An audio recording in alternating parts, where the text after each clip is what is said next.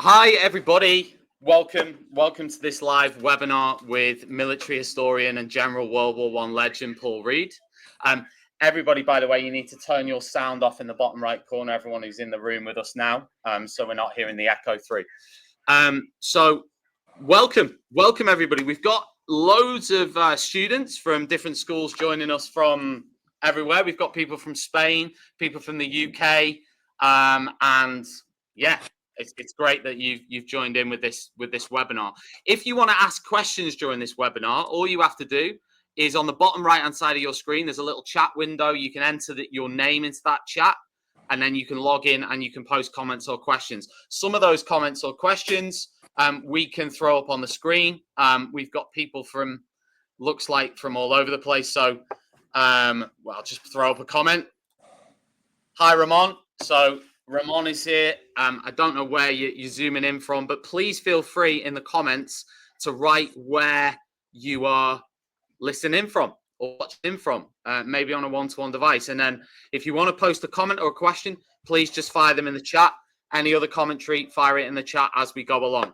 I just want to do a little introduction first to Paul himself. And I mean, it's difficult to sort of introduce someone. I would say, Paul, and you're probably going to say no to me on this, but I would say you are in the top, I'd say top one World War One historians in the UK, like who are living, who are alive right now.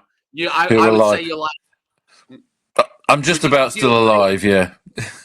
Yeah, just about. But I think Paul, without going into too much detail, is one of the most eminent World War One historians in the country. If you ask Paul anything about World War One, he usually knows the answer. Paul, why do you know so much about World War One? Tell us that first. Well, firstly, Tom, thank you for that introduction. I would kind of say that we're all still learning. I think that's the thing about any subject that you're passionate about, that you continue to learn. And I'm part of a wide group of historians that are passionate, obsessed, kind of whatever we're going to call about it, in terms of our interest in the First World War. But I've spent many years kind of studying the Great War, the First World War, because it's something that's always fascinated me. Both my grandfathers were in it. My grandmother was a young girl in Colchester in Essex during the First World War, which was military town, and she saw soldiers march off to the front and the wounded come back covered in chalk from the Somme battlefields, being sent off to the military hospitals there. And I kind of grew up on these stories, really. And we're in an education setting this morning, and I was very lucky that I had some fantastic teachers who really inspired me to take this further. So when I went to secondary school, I had two teachers, a history teacher and a geography teacher, who were absolutely obsessed with the First World War. One of them had written books for students about the First World War, and that got me across to the First World War battlefields, and that was a very long time ago now, and I've been kind of studying it ever since. So I've taken it from an interest as a very young person through to a professional interest, and along the way been very lucky to do many different things, from in the 1980s and 90s interviewing some of the last veterans of the First World War, through to being involved in archaeological projects on the First World War battlefields, when the landscape is kind of peeled back and the trenches and the dugouts and the tunnels and all the artifacts all come to life. So it's a subject that continues to fascinate me, and I kind of find myself, you can see tons of books behind me now, and I'm surrounded by them in this room, but I continue to read about it and research it and understand it and discover new things almost every day, really.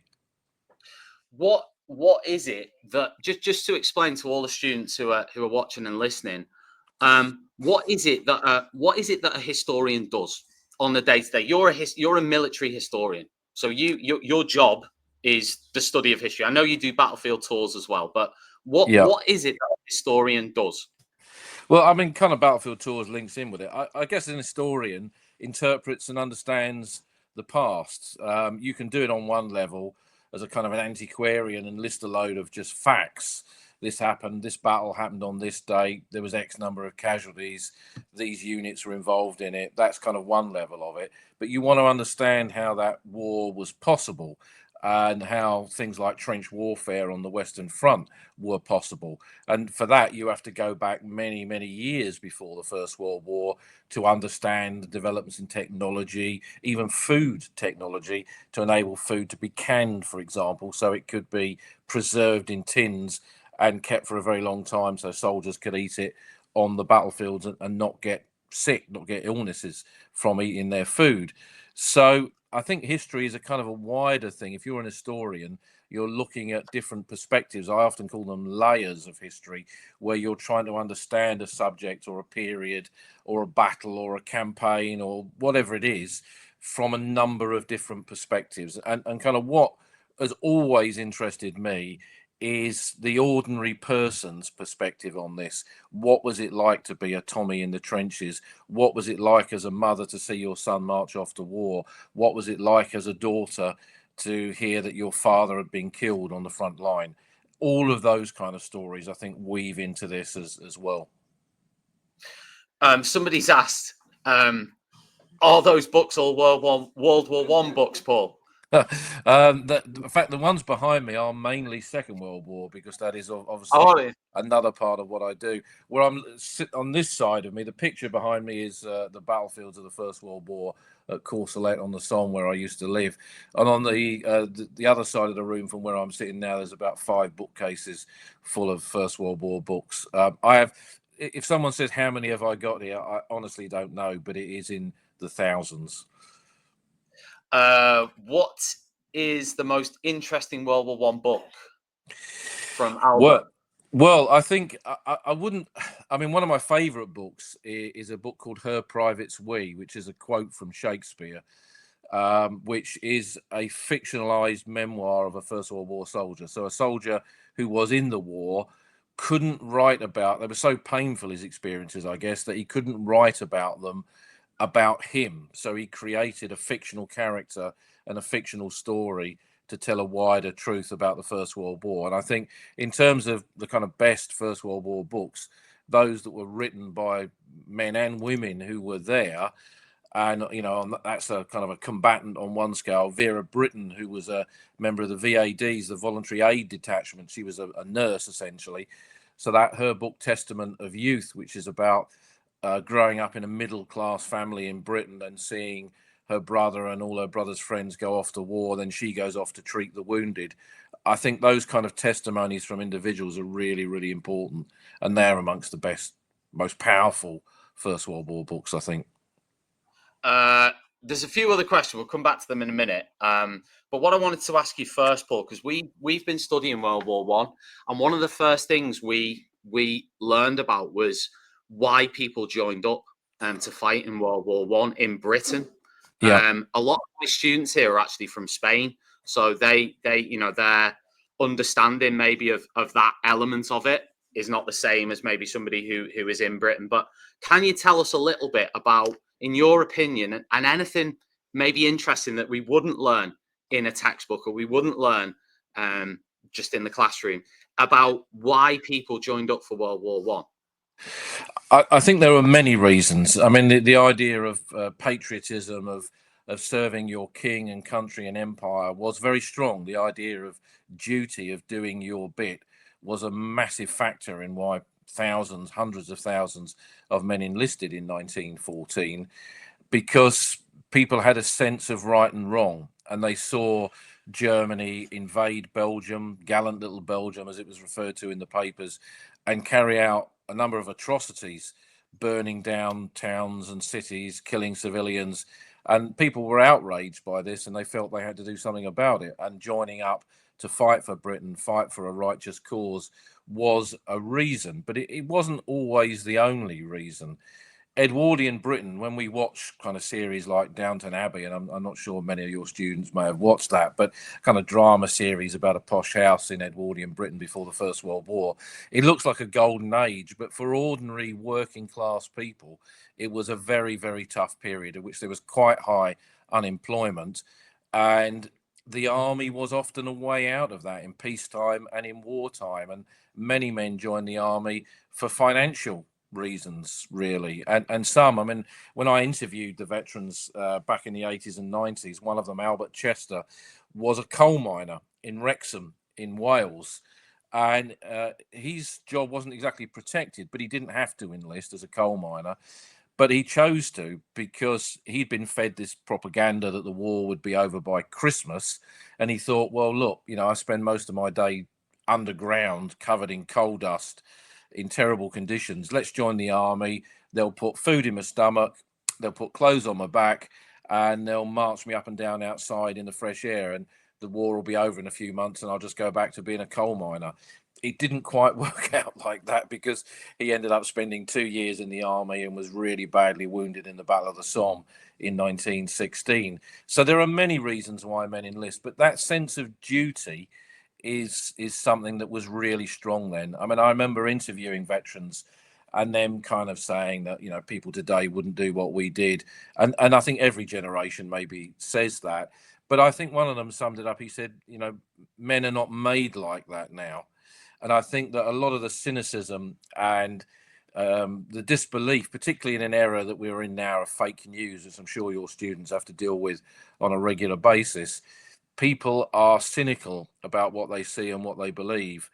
And I think that the kind of impetus that was behind why men enlisted in 1914 is difficult to understand from the standpoint of over a century, over 100 years. But that sense of duty that they had to serve king, country, empire, and everything else was very, very strong. Yeah. It's interesting you say that. I mean, we looked at some World War One propaganda posters. So we looked at a range of different posters, appealing to different groups and different people. Do you think, like, obviously this was before the days of social media, it was before the days of, you know, any sort of technology, really. It was newspapers, it was maybe posters. I mean, how did people find out about this war, and what sort of led them? I mean, obviously word of mouth, patriotism, I get it, but how did they hear the messages about the war? Was it newspapers? What was it? Posters? It was, yeah, newspapers and posters. I mean, they were actually quite a literate generation. So we tend to think people in the past couldn't read or write, but actually, in the decades before the First World War, the education system in Britain had undergone a massive reform, and that generation of 1914 was particularly literate. We see that with letters and diaries and all kinds of things. So it meant that they could read and write, and it meant that they could go to, and this was a very common thing, the local library in those days would keep newspapers, and people would go to the library rather than spend their meager wages on a newspaper. They could go and read it for free in the local library, and a lot of people did that. So they looked at things like that. The church as well had a big role in this because it was a much more kind of religious society in 1914 than Britain is today, with Church of England being the main religion in Britain at that time. And people would go to church and hear from the pulpit news about the war, often dosed in a very, very heavy amount of propaganda. I remember there was a chap called Graham Williams who was in the London Rifle Brigade who took part in the Christmas truce in 1914. And he recounted how the Bishop of London came to speak to them before they went to France and told them that this was a holy crusade against the Hun, the Germans, and that God was on their side. And when he got to France and went into the trenches at Plug Street near Ypres and took part in the Christmas truce, he met Germans in no man's land who had belt buckles around which it read "Gott mit uns," God is with us. And he couldn't really understand this, how God could be on their side, according to the Bishop of London, but the Germans were wearing belt buckles that said God was on their side. So propaganda, you know, from state through to church, through to newspapers, was a really important part of the messages that were put out. And I think as the war went on and people were told that smiling Tommies went to the trenches and it was, you know, like a holiday there, and then they discovered after the war the terrible things that happened on the front line, I think a lot of people, that is where we see this cynicism begin. where they begin to not believe what they're being told in print. And once that becomes radio in the 1920s and 30s, that's an even greater problem, a discussion for another day, probably. Spot on. Right, a couple more questions from people. So this is on the causes of World War One now. So we've got two questions. The first one is from Albert, and it says, what do you think the main cause of World War One was? And just before you answer that one, the other question, which sort of ties into that, which a lot of people actually ask in my lessons actually over the years, has been in 1914, what was the most powerful country in 1914 before that war started? So what was the main cause and what was the most powerful country in 1914? Yeah, and I also see someone says, "Do I think Serbia caused the war?" That comes from Carlos. Well, I mean, the causes of the First World War are immensely complex and still debated 110 years after the war broke out. In the centenary in 2014, a lot of new books came out about the causes of the First World War, with this idea that kind of Europe sleepwalked towards the war, not really understanding what was happening. But I mean, there was a rise in nationalism, the creation of the nation of Germany in 1871, which came out of a period of Prussian expansionism following the Battle of Waterloo. If we go back 100 years from the First World War to Waterloo in 1815, there was a victory against Napoleon with a coalition army, of which Britain was part of it, but many others, including the Prussians. And it kind of pushed the Prussians on to fight a whole series of wars against their neighbors and against people that were beyond their borders, Russians, Danes, Austrians, and that led to the ability to bring Germanic speaking nations together after Prussia's victory against the French in the Franco-Prussian War, to bring those Germanic speaking nations together into the state of Germany under the first Kaiser, Kaiser Wilhelm I. And I think that is where you are seeing the earliest seeds of some kind of European conflict coming, because it was clear that Germany was not going to stop this expansion.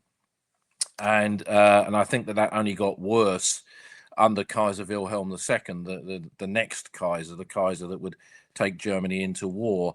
And if you look at Europe in the approach to the First World War, it's essentially a huge armed camp with two sides. The Germans and their allies, they're now allies, the Austro-Hungarian Empire, which covers a huge area of Europe and a very diverse area of Europe. But they're on one side, Germany, Imperial Germany, the Austro-Hungarians on the other side, and the French and their allies, the Russians, the Imperial Russian Army on the other side. And the Germans looked at the size of Russia as they did in both world wars and were greatly fearful of it. The Prussians, when they'd been fighting their wars, Russia was always a major opponent. And the sheer size of Russia was worrying. And Germany had calculated that if Russia continued to modernize its army, as it had been doing in the approach to the First World War, then by about 1917, it would be on a par with the Germans, and they might beat the Germans. And if they could work that out, the Russians would work it out, and there could be a war then. So in many respects, I think when you get to 1914, you see Germany in the background looking for an excuse for conflict. So when in Serbia, Sarajevo, the heir to the Austro-Hungarian throne, goes on a visit to see Sarajevo, and a group of Serbian nationalists, terrorists, the Austro-Hungarian Empire would have called them. They would have called themselves freedom fighters. They attempt to assassinate him. It all goes wrong until, by a chance, his car goes into a side street, and Gavrilo Princip was able to step forward and empty his pistol into the car, kill Archduke Franz Ferdinand, mortally wound his wife, and plunge Europe into conflict because of these intricate alliances and treaties that everyone had signed into. And the one country that was outside of this was Great Britain, because Britain, after Waterloo, had refused to take part in any European conflict. It was busy kind of stamping its imperial foot in a very unpleasant way, often all over the globe, but it wouldn't take part in European conflict. So when Denmark was invaded in 1864, for example, the Danes appealed to the British to help them, but they wouldn't. But this was now a situation that Britain couldn't ignore, because going back to who was the biggest, the most powerful nation kind of on the eve of the First World War, it was Britain. It was a small country, but it had this vast empire, and more importantly, had this vast navy, which was the kind of key to its success as an empire and the key to its might, really, as a country. And Britain was always going to be a formidable force in any kind of European or wider global conflict. But France, its neighbour, with which it signed the Entente Cordiale, also was an imperial power. And if you look at a map of Africa, for example, half of it is red and is owned by Britain, and much of the rest of it is blue, owned by France. And if Britain had stood back in 1914 and let Germany stamp all over France again, then they would have seen French colonies in Africa annexed by Germany. And if we'd not fought in Europe, we definitely would have been fighting the Germans in Africa over supremacy for empire, which is a really important part of those causes of the First World War: the desire to have empire, the envy that the Germans had of both Britain and France, who had empire and they didn't really. I mean, Blackadder says they had a sausage factory in Tanganyika. I mean, that's comedy, but it's not far from the truth. In some respects, they had a small scale empire in Africa, but nothing on the scale of France and Britain. So all of those factors, it was kind of, what we describe as a perfect storm, a terrible storm in this case, that in 37 days from the assassination of the Archduke in Sarajevo led the world into conflict. Question here from Hugo, who says, did the people who survived World War One ever have the same life as before? Not really, no, because the world changed. The world changed completely in all kinds of ways, and them as individuals would have seen the war differently, seen the world differently, rather, having experienced the war. Because even if they'd not been combatants, in whatever nation in Europe that they lived, they would have been affected by some aspect of the war, if nothing else, in terms of the availability of food, because submarine warfare sunk a lot of ships. Food was not available in most nations in the way that it had been before the war. So there was starvation and sickness caused by this right across Europe. And the kind of life that people had was different, I think, after the war. And I think those who came back from the war wanted something more from their life. They were promised in Britain homes fit for heroes by politicians, that the veterans would come back and to be given fantastic homes. And there were places like this. Down in Sussex, there's a place called Peacehaven where they built a lot of houses for veterans, but that was rare, really. Most of these men came back from the war, not just in Britain, but in countries across Europe, to a period in the 20s of political turmoil, with a battle between left and right, but economic turmoil that would lead to stock market crashes and poverty and destitution on a massive scale. So within 10 years of the Great War in Britain, for example, you had men begging on the streets and selling matches for pennies just to survive. That was kind of how the world had changed completely for them. Nothing was guaranteed anymore. A lot of them weren't looked after, were they? After the war, they were sort of, a lot of them couldn't even get a job, after. No, they weren't heroes, were they? No, and I think as well, a lot of them became. I mean, if you live in Britain, and if you live in most European nations that were in the war, there are war memorials in every town and village and city, and the country focused very much on the dead. Understandably, Britain and its empire had lost more than 1 million, for example, but there were veterans who graffitied war memorials in the 1920s saying, "Remember the dead, but don't forget the living, that there's far more of us who've survived. Don't forget us." And no one really wanted to hear that kind of stuff anymore. And so you get to the 30s, and by then you've got movies, films that are talkies, that have got audio in them rather than being silent films. And they produced a film called Forgotten Men in the 30s, which is about just 2 decades after the First World War, that generation who'd fought it are almost forgotten. So this was the sad kind of reality that a lot of these men, having fought the war to end all wars, the Great War, and all these names that it was given, came back to poverty and a country that didn't really care two hoots about them, and often gave them no support. I mean, there was no support with psychological issues caused by military service. The idea of PTSD was non-existent in that interwar period, and men were just expected just to get on with it. And I'm sure if you analyze it, the amount of men taking their own lives, committing suicide, domestic violence, all this kind of stuff is an outcome of the inability of the state to deal with men who were subject to that kind of total war. Somebody, Ignacio, has asked, what would have been the worst injury to have as a soldier? Well, I mean, I think most soldiers would say any kind of injury is the worst injury to have, because you want to try and not get injured at all. But obviously, if you look at the way the battles of the First World War were fought, and this idea of total war, industrial war, with industry supplying weapons and equipment, shells, bullets, grenades, everything on this industrial scale, it can then kill people and injure people on an industrial scale as well. And again, talking to these veterans, I remember one of them said he went into an attack and shells dropped in no man's land all around them, and men were being blown apart left and right, and the air tasted of blood. That's how he described it. And so shell fire, which was the greatest cause of death and injury in the First World War, could really cause some terrible, terrible injuries. You know, it's not long since we've had breakfast, so we don't need to kind of prescribe those in any great detail, but you've only got to look at some of the imagery of the First World War and recent books that have looked at plastic surgery, for example, where soldiers who had facial injuries had their faces rebuilt by plastic surgeons in an early kind of experience of plastic surgery.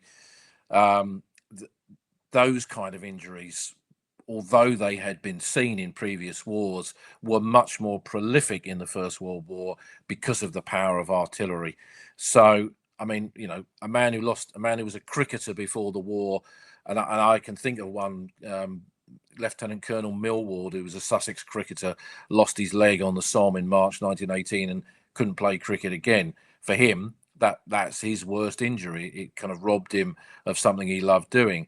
But you know, any kind of injury is always going to be bad because it's going to result in lifelong complications for that soldier and a different kind of life. Perfect.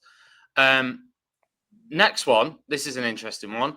Did some soldiers from World War One join World War Two, or were they too traumatized to join another war?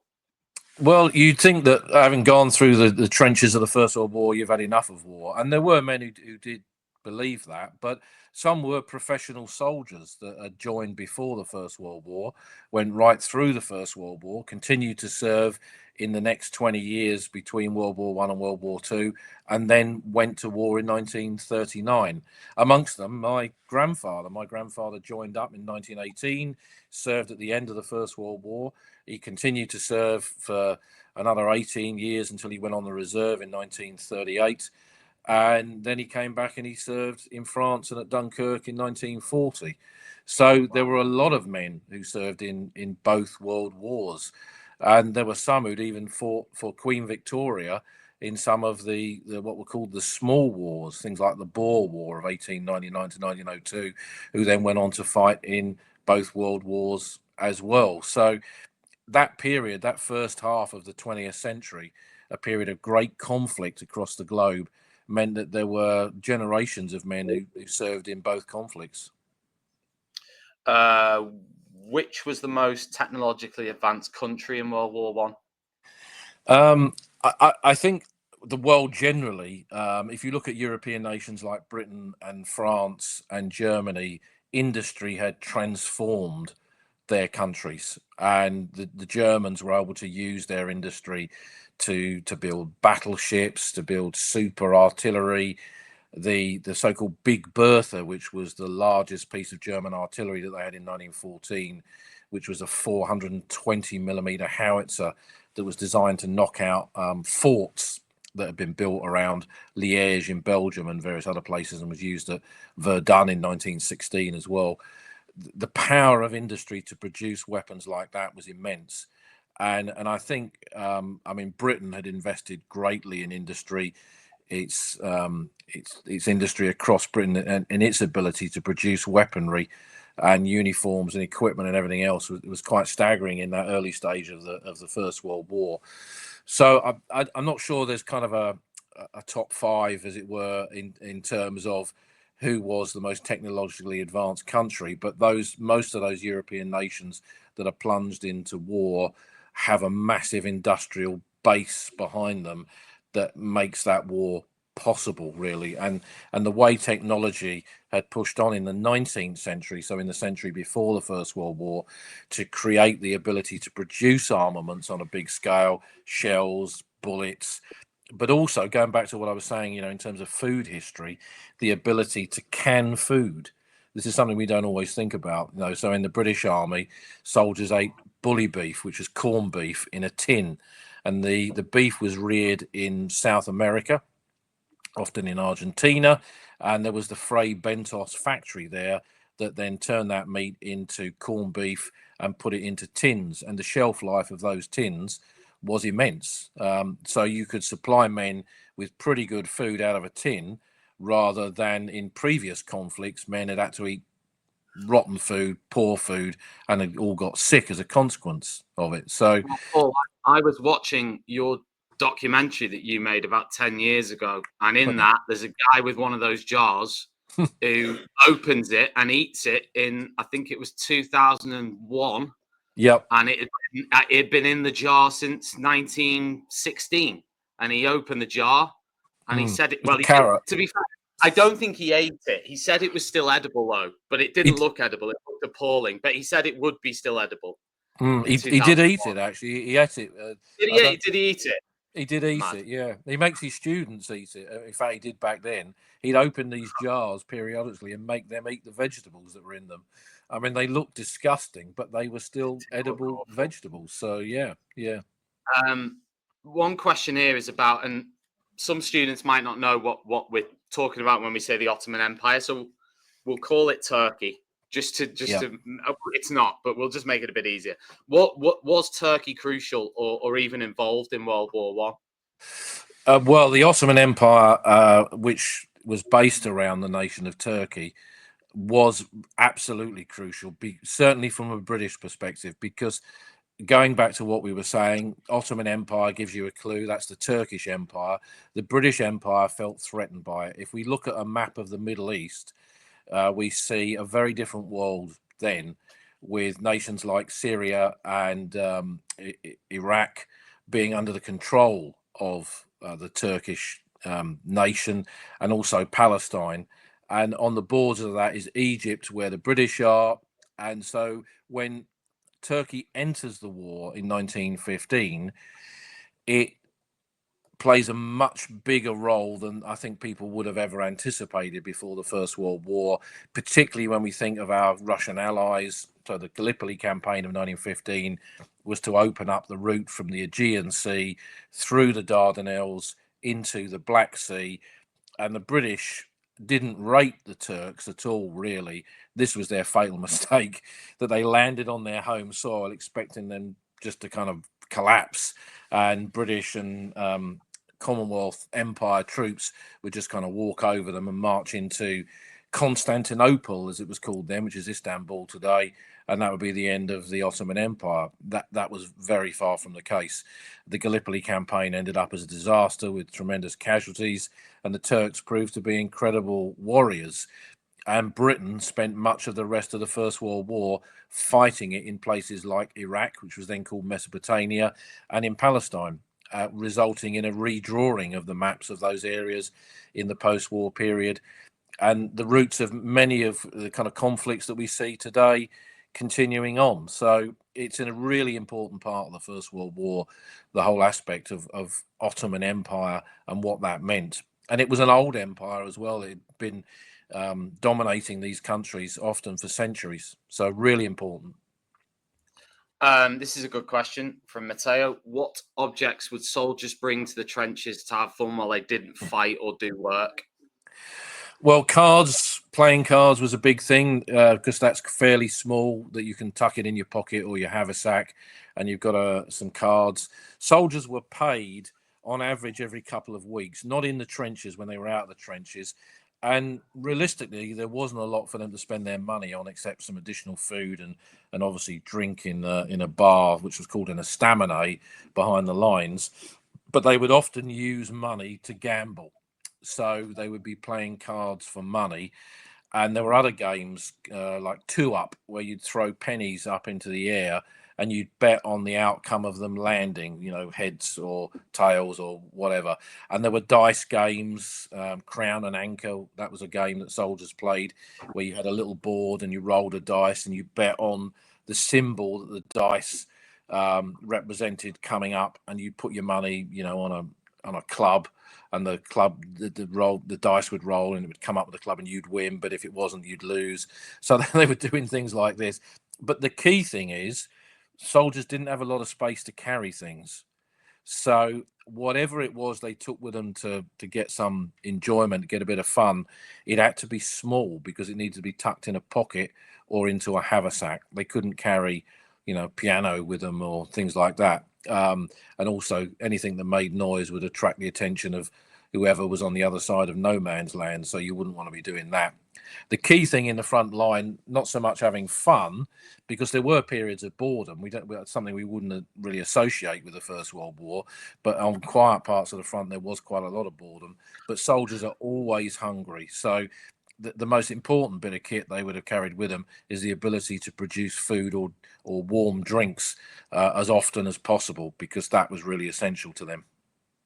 I'm going to address this question from Ignacio myself. What do you mean sausage factory? The sausage factory reference is from the comedy that I showed you before Christmas, which is called Blackadder. Do you remember the funny comedy, British comedy? In that comedy, Blackadder describes the German Empire, the whole of the German Empire, as a single sausage factory in Tanzania. And obviously it was for laughs to basically say that the German Empire was tiny. It was next to nothing. So that was Paul's reference to sausage factories earlier, just in case anybody is wondering. And we know, the Germans even today love their sausage. If you go to Germany, one of the best things you can eat in Berlin is a bratwurst. So particularly a curry bratwurst. That's exactly it. Right, next one. We'll go for. Is there any on there, Paul, that meets your eye? You tell me if there is. But I'm going to pick. I kind of lost track of them on there. Someone said, "Great soldier, your granddad, Paul," which is fair to say. If somebody's fought in both wars, that's pretty impressive. He was a medic as well, so he was in the Royal Army Medical Corps. So he was there to kind of help the wounded rather than fight as such. Somebody says if Franz Ferdinand, this is Hugo, Franz Ferdinand hadn't died, do you think World War I would have ever existed? I mean, that's a good question. I think it wouldn't have happened obviously then, but it would have happened at some point.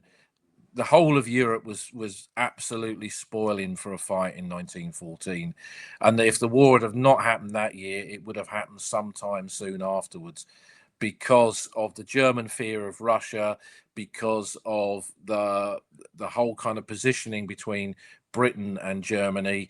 The Germans built the Kiel Canal to move battleships from the Baltic into the North Sea, for example, things like that. I mean, all of these factors played an important part in building up tension within Europe, which was at an all-time high in 1914. So Franz Ferdinand was the spark, Sarajevo was the spark. But if that had not happened, then there would have been another spark that would have taken Britain, Europe, all those countries to war. Yeah, perfect.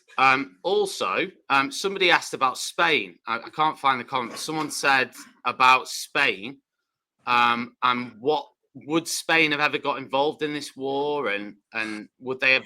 I mean, what would have happened at this one here? What would have happened if they had have got involved?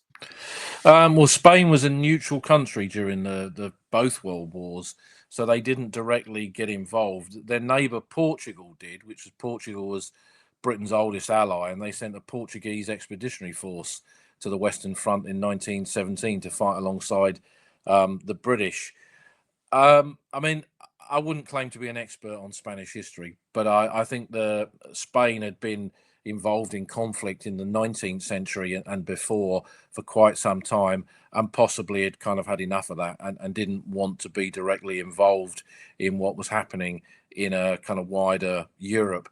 I think the Spanish army sent observers to the Western Front at some point. Whether they were anticipating or thinking about joining in the fighting there, again, I wouldn't claim to be an expert on that, but I've seen photographs of Spanish officers visiting the Western Front. But then, many nations went there to observe it because this was a new type of warfare, and I guess armies across the globe wanted to understand it.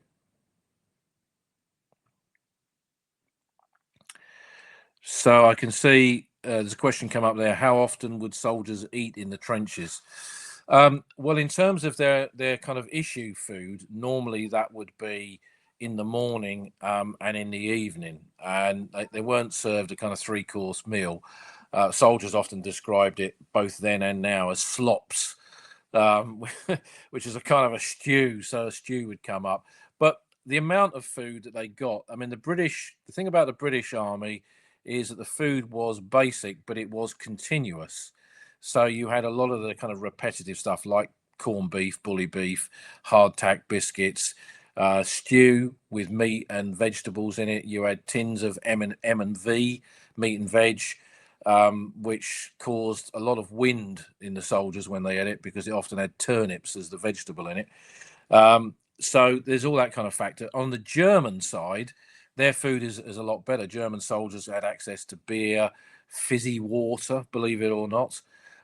They had much better food. They had mustard in jars and all this kind of stuff. But they relied heavily on imports in Germany. So in the latter stage of the First World War, when Allied submarine blockades brought all those imports to an end, the British and the French soldiers were kind of still getting this basic, often not very nice food, but they got it regularly. The German soldiers did not. And when I interviewed the veterans all those years ago, they would have a few words of German they picked up during the war. Ja, nein, yes and no, Kamerad, comrade, because that's what soldiers would do when they'd pop their hands up, say comrade. But they would often have one, if they served in 1918, they would know one German word, which was Fleisch, which is the word for meat. Because when they captured a German soldier at that stage of the war, he'd pop his hands up and say, Kamerad, Fleisch bitte. And he'd be saying, comrade, please, can you give me some meat? Because they'd been starving. And they'd chuck a few tins of bully beef at them, and the Germans would be eating it like it was something off of a kind of a royal plate in a palace or something. So the Germans suffered greatly in that last period of the war. But food was important because soldiers, the army realized, it had done a study before the war, that the soldiers needed a certain amount of calories per day. And it wasn't the army as such thinking about the welfare of soldiers. They were more interested in having soldiers that could continue to fight. So you had to give them food for them to be able to fight. So that's why the army made sure that supply of food came in. But soldiers grumbled, not happy about food throughout the war. All soldiers moan about food. That's part of what they do. Another one here. What happened when there were no nurses available? So nurses on both sides of the battlefield were not right on the battlefield. They weren't in the trenches. Both sides were very reluctant to put women in the line of fire. So nurses tended to be a little bit back. So on the British side, you had what was called a casualty clearing station, which was a kind of a field hospital, basically. And they were about 6 to 10 miles from the front line. And that's where the nurses were. And the nurses were permanently stationed there alongside other medical personnel.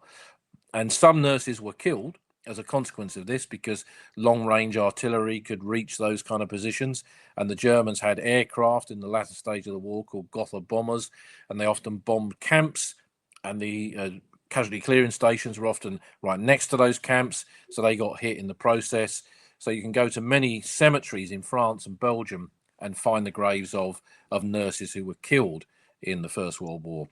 But nurses were a really important part of the medical facilities, professional nurses who had trained before the war and entered the Queen Alexandra's Imperial Nursing Service, for example, and then, like Vera Brittain, who I mentioned earlier, volunteer nurses who were part of the VAD, the Voluntary Aid Detachment, who came along to assist the professionals in nursing on the battlefield.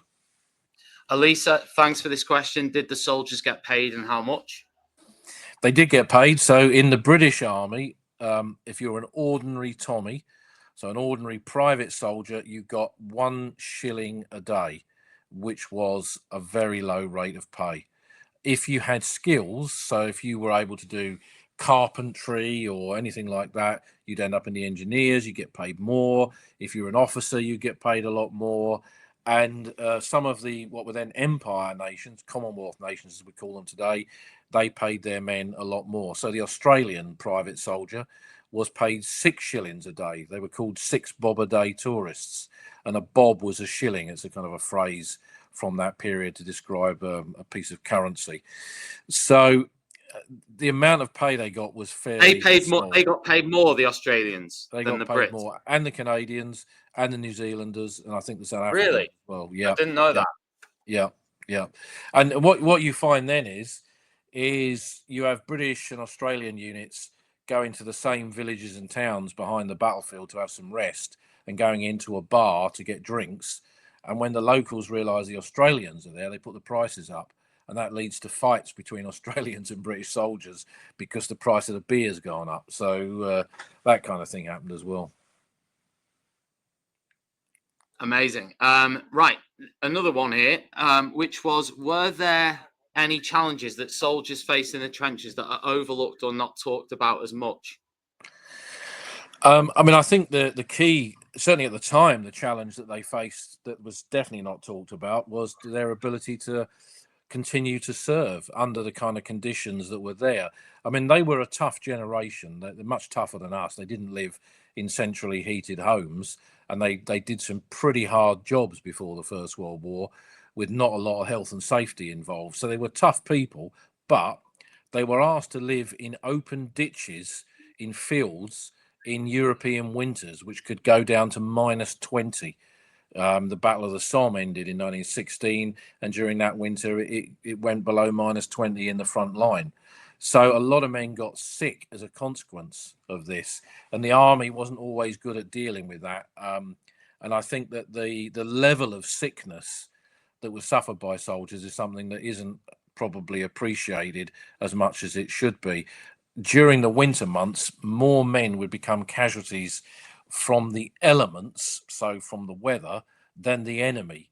And in some respects, the elements, the weather, was the enemy during the winter, because these men had to try and survive in these very primitive conditions with no Gore-Tex, no bivy bags, no, the kind of comforts. If we go, if any of your students go on kind of outward bound things where they go up a mountain, they have plenty of protective gear to ensure that they don't freeze. Soldiers in the front line in the First World War didn't have any of that kind of stuff. They had a great coat to try and keep them warm, what was called a leather jerkin, which was kind of a jacket they could put over themselves. Some of them wore fleece jackets, but these were, by fleece, I don't mean the kind of nice fleece that we have today. These are sheepskin or goatskin jerkins where they've shaved a sheep and made that into a jacket and wear it, but they then get covered in lice, so you're scratching yourself because you've got body lice all over you. None of it's pleasant. Brilliant, Paul. Cheers. So what the next one I wanted to ask was this one that's sort of nearer the bottom of the comments, which was about toilets and where the soldiers went. This one here by Mario. Where did the students do their business? Very good question, Mario. So we talked about food, and what we know about food is what goes in must come out. And the army realised that too. So if you went to the toilet in your trenches, there would be human waste everywhere, and disease would spread very, very quickly.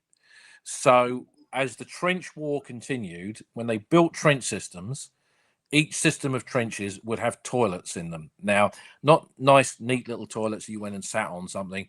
Initially, they would be what was called a sap, which is a trench coming out of the main trench, where in some cases it would just be a shell hole that they connected to via this trench, this sap, and there'd be a plank or a pole in there, and you'd sit on that, and you'd, as you describe it, Mario, you'd do your business. Now, that meant that was all the waste was in one place. But where you have human waste, you have flies. And what they found was that when a soldier went into that toilet to go to the toilet, particularly in the summer, there would be a cloud of flies above the shell hole full of human waste, and the cloud of flies would disperse, fly away, because somebody's walked in. And the Germans would see this and know that somebody was on that toilet, and they'd send over a shell, and men were killed going to the toilet. So they therefore designed self-closing toilets after that. So which was basically a barrel or a drum that had a lid with a spring on it. So you installed those, and the men went to the toilet, lifted the lid up, did their business, and even if they forgot to put the lid down, which we've all been guilty of over the years, I'm sure, the spring plopped the lid back down again, and you didn't have big clouds of flies hovering over it. So that kind of solved that problem. And then it would be the responsibility of one or more soldiers to go and collect those barrels of waste and burn them and dispose of them. So you can imagine that was not a very popular job when you were in the trenches, to have to go and pick up the waste barrels and take them to a place where you could get rid of it. When the soldiers got scared, did they just hide, or did they go away? Did they run away? What did they do when they were really scared? I think anyone who's been in a combat zone is going to be scared most of the time, because you've got bullets and shrapnel and the noise and the smell of the battlefield.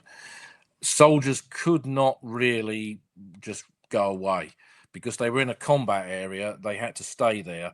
And in the First World War, a number of soldiers were executed as a consequence of this, where they did desert the battlefield because they couldn't stand it anymore and walked away and left their forward positions, and were subsequently arrested, tried at what was called a field general court martial, and shot at dawn is the phrase that they use for that, executed by firing squad. Most men tried to hide their fear, and I think this was the kind of beginning of the psychological problems that many men suffered after the First World War, in that trying to suppress that fear, trying to contain that fear. It worked for a while, but I mean, one of the veterans I interviewed, he had this phrase. He said, courage was like a coin. Once it was spent, that was it. There was nothing you could do about it. And many men, they spent that coin. Their courage was used up, and they couldn't stand it anymore. So what you see is, in the latter period of the war, a huge number of soldiers being admitted to casualty clearing stations with shell shock, which was a recognized military condition, or recognized condition by the military in the First World War. They didn't shoot men for having shell shock. They tried to treat them. How you got treated for it is another thing. If you were lucky, like Wilfred Owen, the war poet, and Siegfried Sassoon, both of whom had shell shock, you ended up in a hospital like Craig Lockhart, where they met Major Rivers, who was a psychiatrist who believed in sitting men down and talking through their experiences.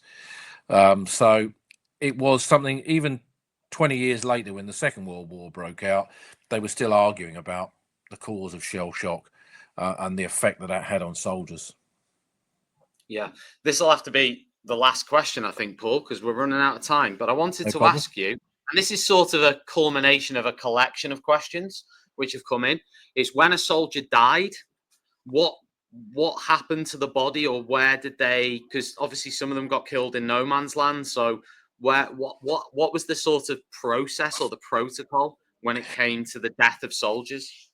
So if you were in a trench, occupying a trench, and a shell came over and your mate got killed, you would then take his body to one side, put it on a stretcher, and then when you were in a position or given orders by an officer or a sergeant or another non-commissioned officer, you would then take that body on the stretcher to a cemetery away from the battlefield area and bury them in a cemetery like that. if you're in a battle and you've gone over the top and you're advancing into no man's land, a lot of men get killed around you, and you suddenly are in a fight for survival. There's nothing you can do about the dead, and if you try to, you're going to join them. You're going to be killed yourself. So those dead got left behind. And one of the veterans that I interviewed was a guy called Reg Glenn. He was in the Sheffield City Battalion, the Sheffield Pals, and he went over the top on the first day of the Battle of the Somme, and he saw men get killed around him. He was still in the same part of the front line when the Germans withdrew from that area in 1917.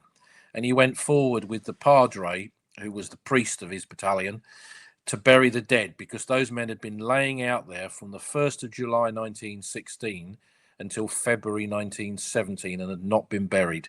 And what was left of them, him and the Padre buried them in shell holes on the battlefield.